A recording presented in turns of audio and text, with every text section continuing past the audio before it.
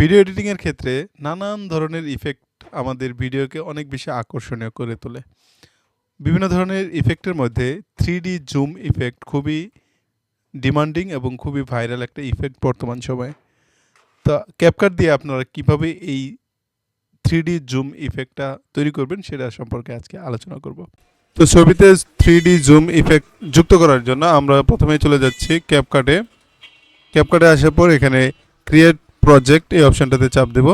এখানে চাপ দেওয়ার পর আমরা কিছু ক্লিপ মানে ছবি এখানে ইম্পোর্ট করব। এখানে আমি 4টা ছবি ডাউনলোড করেছি, এগুলো জাস্ট এখানে ইম্পোর্ট করে দিচ্ছি। তারপর আমরা এটা এখানে রাখছি, তারপর এখান থেকে টাইমলাইনে এনে ছেড়ে দিচ্ছি। যদিও সরাসরি টাইমলাইনে এনে ছাড়লেও হয়। তো এখন আমরা এই ছবিটাতে 3D ইফেক্ট যুক্ত করব। আগে আমরা রেশিও ঠিক করে নেই। এই তো এখন এখান থেকে আমাদেরকে চলে যেতে হবে ইফেক্ট এই অপশনটাতে। সেখান থেকে আমরা আস্তে করে মোশন অপশনটাতে চলে যাব।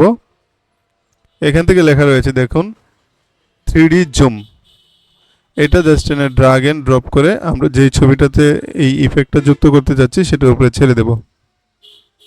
এটা সম্পূর্ণ হতে একটু সময় লাগবে। এই যে দেখুন এখানে প্রোগ্রেস বারটা আমরা দেখতে পাচ্ছি। ওকে, ইটস ডান। তো এখন আমরা এটা প্লে করে দেখব।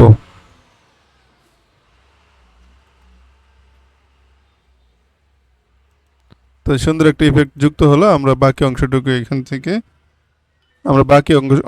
এখান থেকে কেটে দেব।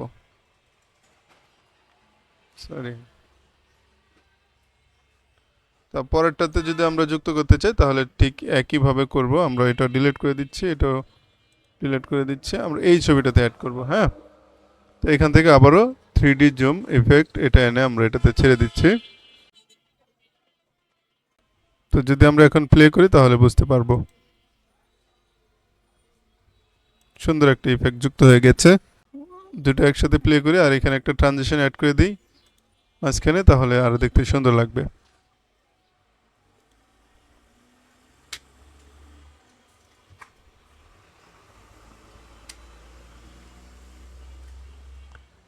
That's it. আশা করছি ভিডিওটা ভালো লাগবে। এই ছিল আমাদের আজকের ভিডিও। আশা করছি ভিডিওটা আপনাদের কাছে ভালো লাগবে। ভালো লাগলে লাইক, কমেন্ট, শেয়ার এবং সাবস্ক্রাইব করতে একদমই ভুলবেন না। দেখা হবে আবারও ইনশাল্লাহ। আল্লাহ হাফিজ।